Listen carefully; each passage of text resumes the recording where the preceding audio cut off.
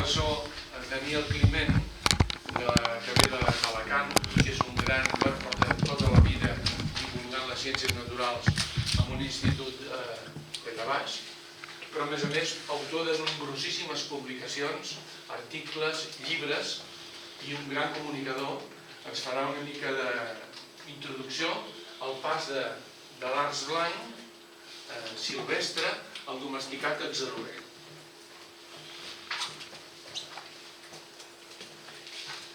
Moltes gràcies. Encantat d'estar aquí. Vaig a veure...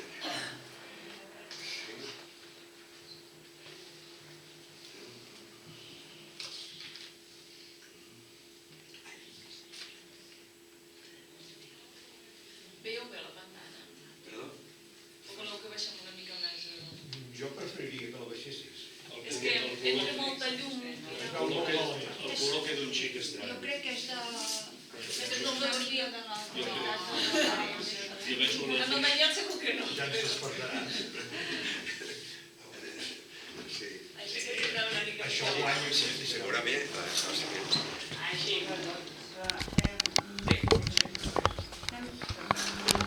Baixarem aquestes dues primeres fins al final. Ja està bé, això. Sí?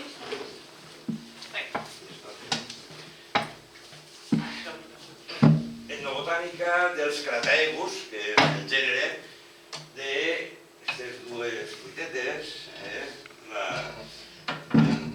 cirereta de pastor, un dels noms, i l'atzaroler en la forma groga, perquè n'hi ha de vermella, que tindrem ara després ocasió de veure. Què anem a fer? Vam comparar unes característiques botàniques i etnobotàniques d'aquestes dues plantes, d'aquests dos fruits, recollides a través de, evidentment, de la transmissió oral, també l'escrita, i les que han quedat fixades com a restes arqueològics, com en certa mesura, com comentava el doctor Vallès, sobre la gravació en topònims, en símbols, en objectes, etc. Explicant els usos instrumentals, simbòlics, gastronòmics, medicinals de la planta sencera, del tronc, de les fulles, de les punxes o del que siga, que ara veurem que hi ha grafat una calla. Parlarem de les relacions entre els usos i les característiques ecològiques, estructurals, morfològiques i bioquímiques d'altres espècies, el que hi ha darrere de l'ús. Perquè clar, no és únicament dir, m'han dit que serveix és cardiotònica, que va bé pel cor. Anem a veure si també hi ha darrere una investigació que ho acredita o que ho contradiga, és igual, però cal fer aquest pas. I revisarem algunes aportacions de la cultura clàssica, la literatura, paraemiologia, toponímia i demés, rondallística, que veurem que apareixen aquestes plantes en la història de l'art, per exemple, en la Bíblia o en on siga, i què ens diuen, per què apareixen allà. L'arç blanc, espic blanc, espinal, mantelell de la Mare de Déu, la quantitat de noms d'esta planta és extraordinària. Estan recollits moltíssims d'ells en el corpus de fitonímia catalana, afortunadament de Jaume Magna, en cas de dir-ho, recomanable tant en el volum com en la consulta al mercat. I apareixerien, estos en queda molt curt, dels noms en català d'esta espècie. Cratèigus és un nom que sembla que ve del grec, que ve a dir alguna cosa així com força, vigor, i crataios, i que també, a més, aquesta força i aquest vigor també expliquen en gran part la longevitat que s'atribueix a aquest arbust que a voltes arriba a ser arbre. De fet, a França diuen que és l'arbre més, de més edat de tota Europa, o almenys de França, o almenys d'aquest poble. En fi, també tampoc és qüestió de fer-se més bastant. Este Aubépine, alba espina, espí blanc, perquè els noms de moltes se deformen a partir de l'original, que podria ser en llatí. La llosa que hi ha aquí, la pedra que hi ha explicant l'edat de l'arbre, diu que és del segle XIII i poso ahí baix, diu, en l'època de Julien l'emperador. Si és Julien, el Juliano l'apòstata, que es deia l'apòstata, hi hauria un error perquè Julià, de la manera del segle IV, i aquí a mi per un segle més, tirem avant, no? Penso que hi ha un xicotet error d'un segle, però en fi, tampoc anem a ser aquí estrictes i anar allí a fer una denúncia davant de la gendarmeria.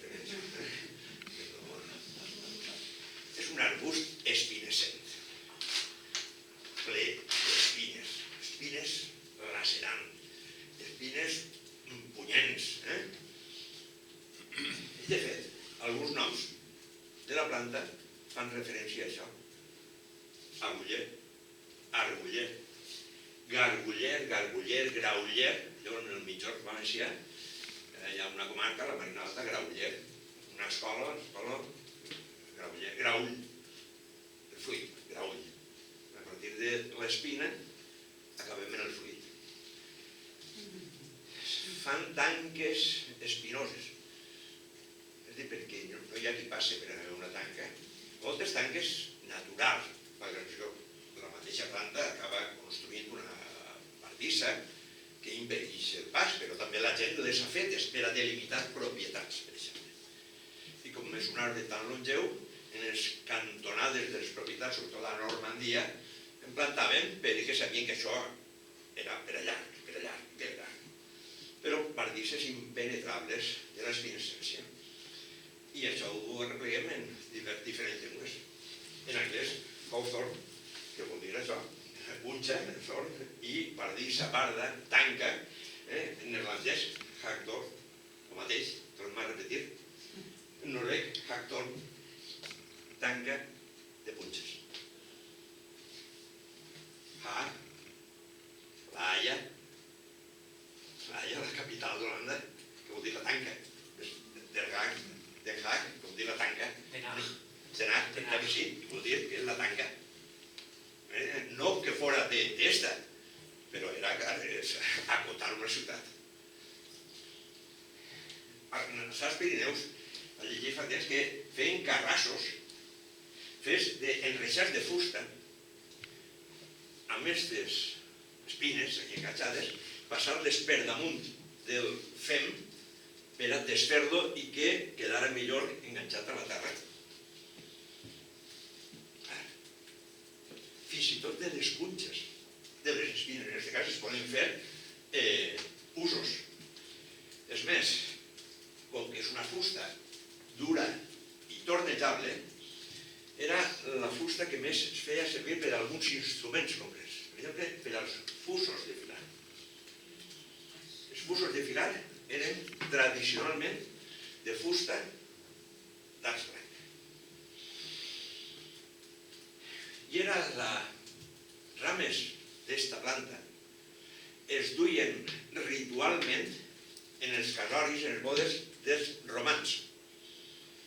Després de l'acordar entre les famílies, que es casarien el fill d'aquí i la filla d'allà, per a unir aquestes coses polítiques que abans es volien fer, havien acordat això i ara anava la xicona en processó, anava a casa del seu futur marit. I davant de la xicona anaven 3 xiquets, de pares encara vius, i portaven un fus, un altre, una filosa, on se posen totes les fibres per a després anar fent el fil i enganxar-lo en el fus, i després un altre xiquet amb una rama d'arç blanc. Tot això era d'arç blanc. Tot això era d'arç blanc. Aquí tenim la imatge en el fus i en la filosa. I la rama d'arç blanc perquè això, quan tingueren un xiquet, quan tingueren un noi, quan tingueren un fill, posarien aquesta rama a la finestra per evitar que entraren, que dien els estritxis, com els mals auguris, els vampirs o vulgar dir-li que li podien fer mal al nounat. I aquí anaven 1, 2 i 3. Arç blanc. Però a més tenen una propietat, si li atribuïs una propietat a les espines tan lacerants, que t'amarguen una que són molt doloroses, la punxada en això, que fa molt de mal, i que dura, i dos, que te fa dormir. I ara mirem algunes coses. La vella dorment. En què es punxa? En un fus. De què està fet el fus? D'arç blanc. La vella dorment. En les diferents llengües, o la versió de Pegol, la de l'Uguà, dorment, o les germànies, Rosgen, la xicona i tal, de la punxa, flor d'espines. Alerta! Aquesta propietat somnífera atribuïda es troba en el fitònim islandès, que és el benthorn, l'espí de la son, que fa dormir. En ocasions, també escorcollant entre altres llengües, vas veient que van descrivint la planta, cadascú a la seva manera, a la que crida l'atenció. Però, clar, també es tiren en llegendes i demés.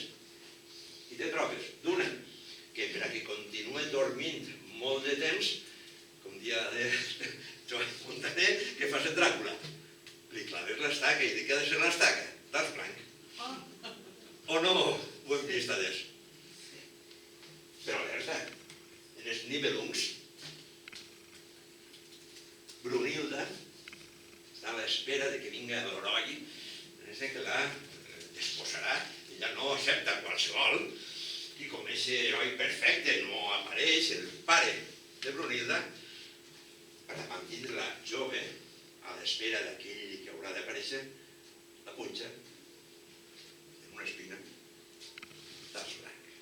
I es queda la dormint. Fins que apareixerà Siegfried, travessarà el cercle de flames, la besarà, i aquella després s'enamorarà, però aquell diu, però si és que jo estic casat, i tal, que tinc la meva dona, Grimilda, i aleshores després ja se continua d'una manera també etnobotànicament interessantíssima. Les dones etnobotàniques, que mira que dona, perquè agafa aquella, bueno, doncs no em casaré ningú que no em puga vèncer en combat. Una princesa guerrera, fora de tal. I el rei Gunther, cunyat de Siegfried, la desitja, vamos con tots, però tots els que van allí, aquelles espolses es carrega. I aquell diu, no, en fi, una cosa és desitjar-la i l'altra cosa és perdre la vida. L'únic que pot vèncer és Siegfried. I dice Siegfried, què no faries tu? Que te poses una caputxa, dius que sóc Gunther i guanyes i després vens i me canvies la caputxa i sóc jo. Vale, vinga. Allà que fan tota la història, l'enganyen, Siegfried la venç, Gunther que posa el tratge, que sóc jo, vale, vinga, tira. Però després un dia, parlant entre les cunyades, què sol passar? Que no es pot haver insultat tu, el meu marit, l'únic. Recordem una cosa, Siegfried es banya en la sang d'un dragó, veritat que sí, i és immune. Però, mentre estava banyant-se, ha caigut una fulla d'un tiler.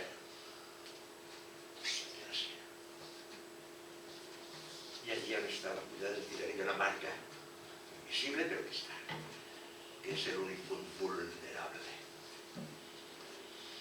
El tiler és el símbol, és l'arbre femení per excel·lència. Grimilda, la dona de Siegfried, li diu a Brunilda, la seva cunyada, t'ha guanyat Siegfried, però a més, mira, jo només sé el secret que té ahí darrere un punt vulnerable. Brunilda està tan enganyada. Contrata un assassí i en una cacera Brunilda, que li ha fet una capa regalada, una capa a Siegfried, ha marcat el lloc on és vulnerable. L'assassí fa que Siegfried se separe del grup de cacera i quan es torreta, i apunta al punt i el mata. En el punt del tiler de la dona. És que la dona, com en la Bíblia, que sí, la causant dels mals. El tiler, que després obra de la Carrasca i el Tiner, de Filemó i Bauquis. O sigui, una meravella, se van inventant les coses. L'endobotànica d'això. Un autèntic entramat que no pares de veure el pensament de la gent de l'època. Per exemple, això que acaba de dir, un sexisme, com dius, un sexisme, no? És el que era. Nosaltres es vam interpretar, evidentment. Mireu, l'as blanca, per a dormir, i mos apareixen diferents noms. També les flors són tan espectaculars. I és sobretot en maig, quan és la gran florida, almenys en centre d'Europa, que a molts llocs és l'arbre que per excel·lència representa maig. I apareixerà, nosaltres direm, aquest Sant Bonic, manteneix la Mare de Déu, bolquerers del nostre Senyor, robeta de la Mare de Déu, Sant Pere Màrtir, que és de Sant Pere Màrtir és la vespra de l'1 de maig. I en alguns llocs del Pirineu, aquest dia s'anava al camp, se tallaven rams d'esta planta i se posaven pel camp com a protectors contra les malalties d'allò, que estaven sembrant i de més. I ara se'ls fan una metonímia. La flor que fem servir a l'inici de maig, la vespra de maig, que és Sant Pere Màrtir, la flor de Sant Pere Màrtir, per tant, directament ja, com li diuen a la planta? Sant Pere Màrtir. Estic junt. Sant Pere Màrtir. Però fixeu-vos, en altres llengües, la referència a maig. El bois de mai, en francès, May, my tree, my bush, my flower, en anglès. El vaixell que arriba ara allí proper de Boston, el my flower, my flower, els puritans, fugint de la persecució religiosa. O ars blanc, espí blanc, espín alb, o sigui, espí blanc, que era espinal, espinal,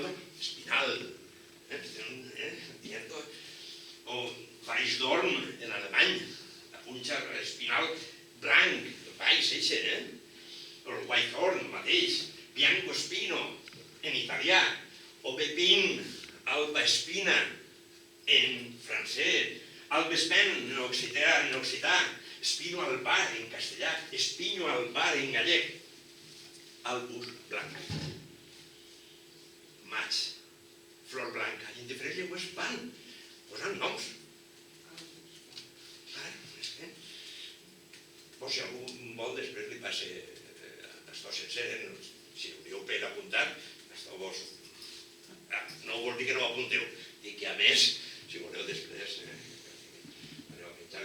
Els fruits també són tan cridades, vermellets i un pomet de fruits. No sé què passa a la pantalla, perquè són vermells, vermells. Cireretes de pastor, un dels noms. Quan he dit adés, en alguns llocs, en la Marina Alta, en el País Valencià, graulls, perquè venen del grauller, que és l'arbuller que se planta de punxes. Però acaben dient el nom. Melber, mel vol dir alguna cosa així com midó o farina, en alemany. La balla de farina, balla farinosa. Per què? Perquè tu la tastes i és un poquet així, no és res del món, un poquet farinoseta. És alimentícia, no té cap problema. Té massa pinyola, això sí, no vas estar ahí alimentant-se només d'això. M'he de posar una pinyolada aquí hasta allà, va fer-te com si fos un tros de pa. Però bueno, breda olenta, que és així com pa d'ocell, perquè és una llepolia tremenda quan a final de l'estiu i la tardor està l'eclosió de fruits és tan extraordinària. Un espí blanc que sol omplir de tantíssims fruits que allò és, diguem, un magatzem de llepolies, en el fons, de totes les aus de la contornada i en alguns llocs diuen el pa d'ocell, en gascó. Pen de Joisot, o pa d'Oissot, en francès. Per d'aquí la pera dels pardals, per d'aquí dels ocells que diu aquí, el pa d'ocells, ceresica de pastor, també, perquè és una cirereta, és vermelleta en castellà. Els noms, aquesta riquesa tan extraordinària que va dient dos coses, i més en totes les llengües que intenten nominar denominar allò que tenen davant i una de les maneres és a través de les propietats. Per a què serveix, per a què aprofita, a què s'assembla, a què li recorda. Es mengen, i a més el pinyol passa com en els lledons, que també servia per menjar-te la polpa i després el pinyol, una canya, i això a Granada, la Virgen de les Angústias, encara es fan paraetes, on regalen la canya a qui compra una determinada quantitat de cireretes de pastor. Clar, com nosaltres dos, tenen lledons, i la canya te la poden regalar perquè vas a jugar després. I era un joc de xiquets, menors, també en altre lloc m'han dit que en Saúl, no? Se fa l'espetec, o no sé com es diu, pam, no? En un, Petadora. petadora. Petadora en el que agafes, també, en aquest cas no una canya, sinó un sabuc, no? Perquè és fàcil la molleta de dins, treure-la, i com en un embol, no? Pegar un pet en el pinyol del lledó, però que també podria ser d'aquesta altra, la mar de bé, la mar de bé. També això, van fer menuts, estaven eixos en els pupitres, d'eixos que alçaves el que és el banquet, no? Però així, doncs baixaves, posar aquests pinyolets allí en el que és quan baixaves i t'assetaves, després del descans, el mestre allò se sentava i tot allò que eren els pinyolets pegant els escofits, no? És que, jo què sé, abans sabíem, no sé, comprar plantes per a moltes més coses, no? Que anar al mercat i comprar-hi per si tenen codi de barres, vull dir, era per a més coses. És un arbre també, en una forta càrrega simbòlica i també religiosa, sagrada. Fixem-nos, l'escut dels Tudor, del primer Tudor, Enric VII. La rosa Tudor,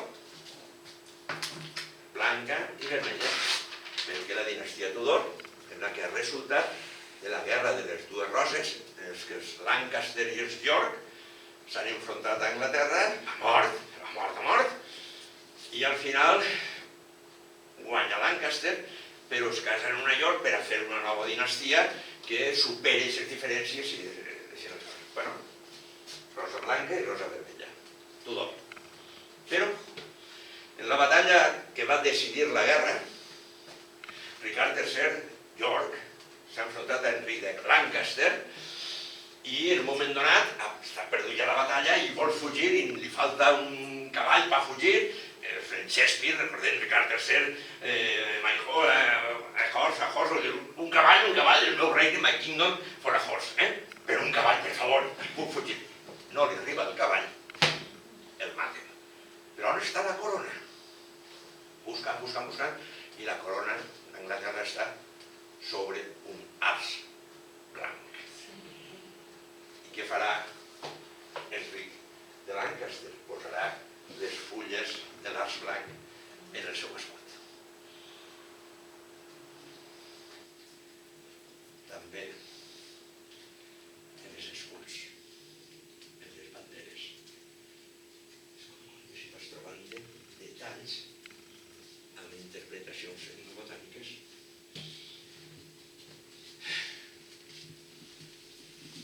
L'arç blanc és important també en Anglaterra, i probablement per això se troba en la corona, o diuen que se l'han trobat sobre un arç blanc, perquè l'inici del cristianisme a la Gran Bretanya, però en principi comença per Anglaterra, és al costat d'un arç blanc, que ha dut des de Palestina Josep d'Arimatea.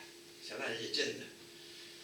És un dels que, en el descendiment de Jesús de la Creu, si veieu, si us agrada l'art per fer de pintura flamenca, l'obra excepcional de Roger van der Weyden, del descendiment de la Creu, el Prado, és un quadre així, d'aixòs que te quedes bocabadat davant d'aquest quadre, que plores de pura emoció, te supera cada detall, el simbolisme, tot.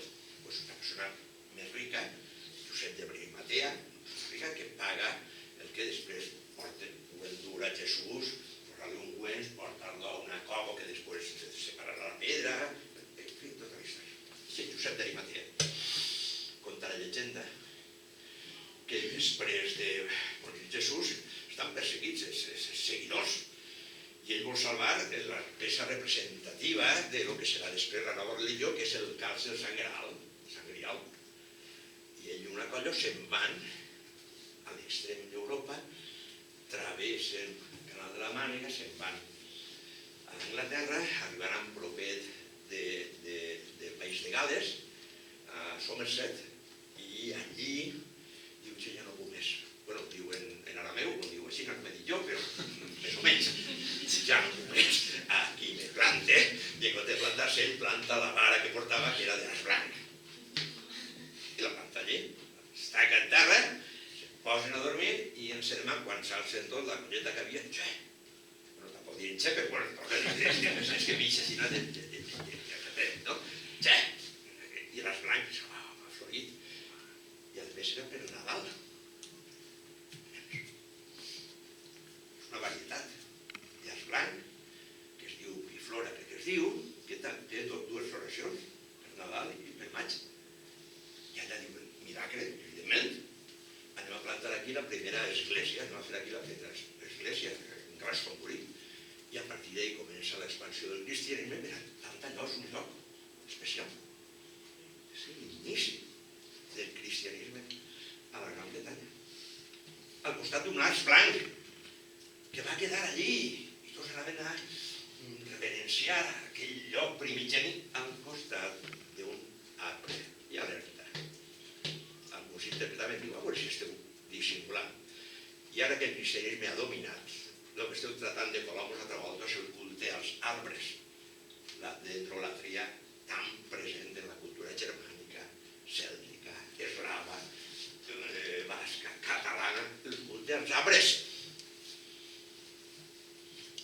La qüestió és que durant segles va estar allí aquell arbre, ha continuat, quan arriba Nadal se li regala una rama florida d'aquest arbre a la reina d'Inglaterra, perquè l'Inglaterra és un costum,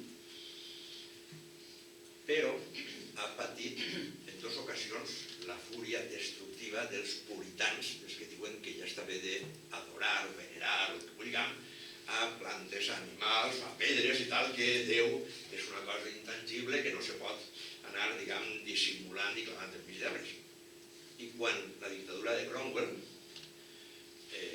quan peguen a Carles I i la guerra civil, van els puritans i tallen l'arbre. Després, quan es reincorpora la dinastia, Carles II, tornen a plantar un arbre de la mateixa espècie i varietat i tal. I ara farà uns 10 o 15 anys va patir un altre acte de destrucció.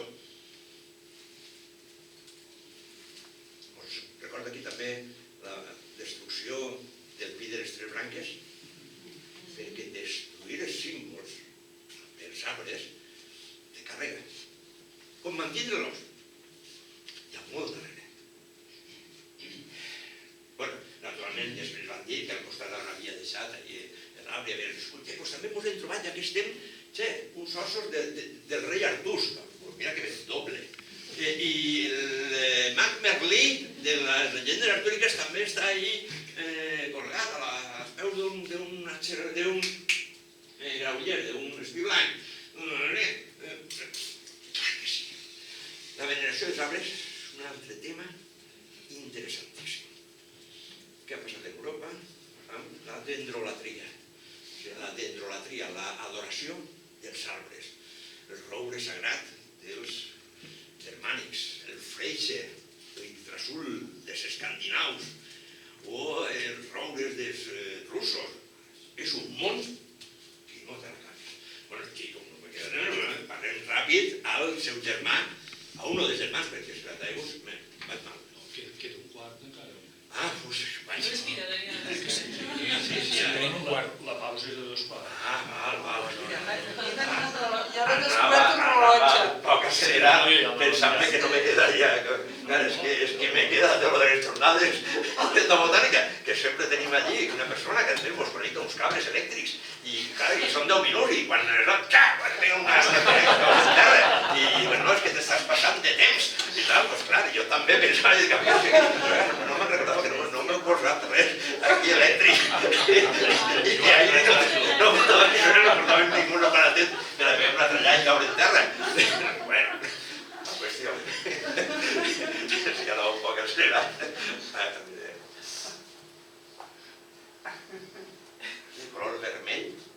Això és un altre arbre? Un altre és el germà major, per dir-ho així, o el germà domesticat, el germà menys silvestre. És una de les múltiples espècies del gènere Crataegus, però que nosaltres hem cultivat a molts llocs, i el nom de ceroler, o ceroler, o soroller, o sorollera, cognom Sorolla.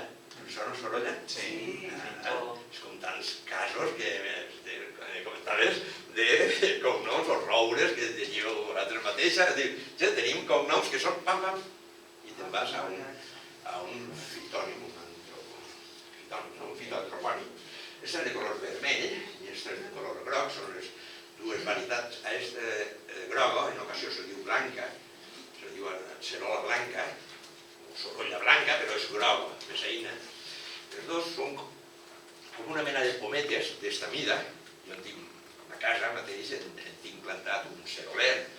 És un homenatge a mon pare que li agradaven molt les ceroles, quan va faltar vaig posar un ceroler, evidentment. I totes, quan arriba a setembre, els meus fills, jo, i espero que els nets, doncs arrepleguen les ceroles. Ara apareixerà el ceroler, este que tenim plantat a casa, però tenim aquesta varietat de la roja, de la vermella, dels cerolers. Que també encara hi ha llocs, també es venen encara en mercat o en fires. Aquesta és una altra volta, aquella fira, aquella paradeta que us he mostrat de les cireretes de pastor en les canyes, la mateixa fira, la Mare de Dios, la Virgen de les Angústies, se fan unes paradetes que arrepleguen encara fruites perdudes, com allò de frutti dimenticanti, no? d'Itàlia, i ceroles blanques, aceroles en castellà, i de grogues, roges, perdó, i de grogues, blanques que hi havia. I aquí també, llàstima que no us veig bé, però aquí hi ha gínjols, una altra fruita de la tardor. Gínjols, no sé si els coneixeu, n'hi ha ara unes peces així, però també pinyol dins, aromàtica, molt agradable, que és l'arbre que potser l'arbre que el produeix, el ginjoler, és l'arbre que duia un dels equipaments de les samarretes del Barça. Ja no me direu, del Barça tota la vida i no ho sabia això. Vaig a contar-vos parèntesis, per tant, una xicoteta història. Els musulmans sabeu que tenen prohibidíssim fer representacions de persones o d'animals, perquè això és idolatria, i clar, ídols, persones i animals, però no diuen res de plantes. Per això, moltes mesquites voleu ornamentació botànica. No hi ha cap problema. Però no és així. L'Alcorà diu que a mesura que vas pujant cap al cel, tenen 7 cels, i en el 7è allí està Alà. I Alà està a l'ombra d'un ginjoler. Veu que a Alà li agraden els gínjols, no passa res, no és pecat, li agraden els gínjols. De manera que el ginjoler, en certa mesura, està associat a Alà. I representar un ginjoler és dir que eres musulmà. Us recordeu de quan la Qatar Foundation tenia lligams amb el Barça? La Qatar Foundation. Si mireu en internet mateixa, Qatar Foundation, trobareu un parell de coses curioses. Una, la seu de Qatar Foundation a les afores de Qatar té unes columnes que intenten representar el ginjoler. Un ginjoler d'allí, no el nostre exactament, però alerta, Allí estan, unes dones i aquestes, i de Sísifus, allí, és un ginjoler. I un dels equipaments del Barça era un arbust de ginjoler. I si recordeu, mireu, equipaments del Barça en aquells anys, i veureu que uno és un arbre arbust. I què està dient-nos? Som musulmans. Com per a dir, som cristians, posaríem una creu. No sé si m'explique. Però aquí quedaria mal posar una mitja lluna. El Barça, una mitja lluna, i diuen, doncs no, és que venim de festes de Xixona, de moros i cristians. No cuela. No cuela. Per molt que mos digueu ara, parleu en Alcoyà. No, meu senyor. Per tant, en compte de portar una mitja lluna, què posen aquí? Un ginjoler, que això sí que ho s'entenen entre ells. Allí està. El valor simbòlic de les plantes és una cosa que no se m'acaba. És que cada volta se sorprèn més. Mare de Déu, senyor, o en musulmà, com es diga. En fi, aquestes coses, no pares. Este és el ginjoler, doncs, de ma casa, el jardí.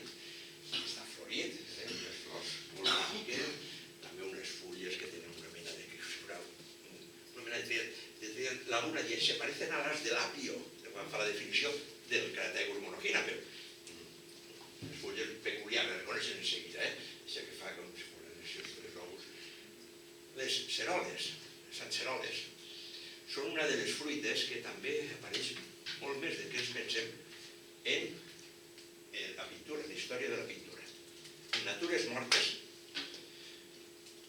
per exemple, Menéndez, uno de los grandísimos pintors de natures mortes, ahí está, bodegón con acerolas, manzanas, tarro de miel, intenses, ceroles. Perquè les ceroles han sigut molt estimades. Ara uno és difícil que trobi al mercat. Tenen coses com aquella fira que us he dit de la Mare de la Virgen de les Angústies, però coses rares. No va al mercat i no sol trobar-se ceroles. Però en la seva època eren molt més importants del que ens pensem. Perquè no estaven totes aquestes fruites que tenim ara. Uno ara diu, era menja natural, perquè menja lo de tota la vida d'aquí del terreno, el taronja, els taronges són de la Xina. I una paella d'allà l'estem morint, si no mengem quasi res que sigui d'ací. Algunes de les poques coses que sí que són de pedací, vaja l'expressió, són fruits d'uns terrenys que no tenien potser l'exuberància o les coses d'altres zones i que són fruits fantàstics, plens de propietats, bons, tot això, però no són aquests fruits grans, bonics, d'ara, que apareixen en el mercat o tenen una proporció entre polpa i pinyol. És una proporció que no s'acaba així. Bodegón de Meléndez, en temes, amb ceroles, quasi, fora ceroles, és dir, Meléndez, començo per dir, no, quin pintor podrà ser? Haig de dir Meléndez, i un 50% encertes. Meléndez veu que li agradava molt, i en té ceroles vermelles, ceroles de groga i tal.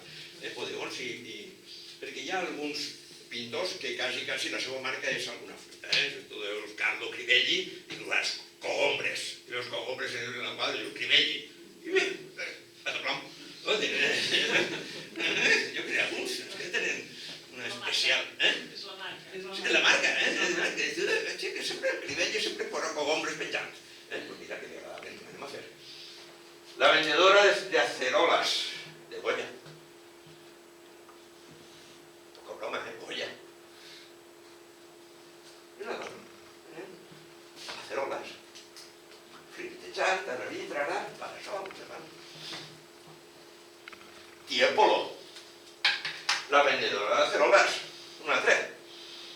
Ahí està, la xicona, ben guapa, en aquests lunars que se posaven artificials, en ocasions que se posaven per a tapar taques de pigoto que havien tingut, i quedava elegant, però són aquests, ho veureu en els quadres de l'època, algunes dones que porten unes de botons, i era que s'adherien, per tapar taques, però després quedava elegant, i encara que no tinguin res, ho posaves.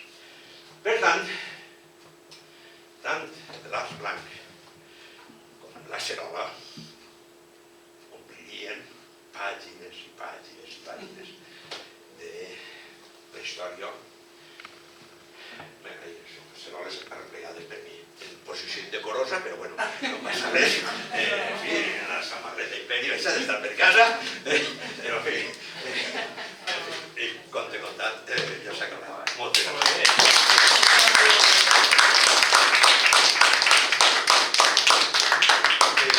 Si voleu més coses sobre l'Arç Blanc, podeu en Google mètode Arç Blanc Daniel Climent i vos eixirà, no hi ha res. Mentira, vos eixirà un article i després aquest article ampliat, millorat, vam posar en aquest llibre Herbari, viure amb les plantes, que vam fer un altre amic i jo, que 16 plantes tractades d'esta manera, i entre elles l'Arç Blanc. Si algú té interès, hem de dur uns quants. Però que, en fi, que sapigueu que també lliure accés, alerta, mètode Daniel Climent, Arç Blanc. Molt bé, ara és el descans. Com us veig? M'he quedat... Tenim... Ah, perdó. Hi ha 3 minuts. 3 minuts? Va, perfecte. Si ja sé que teniu coses per aportar, millor encara. Hi ha alguna relació d'aquesta acerola amb l'acerola tropical?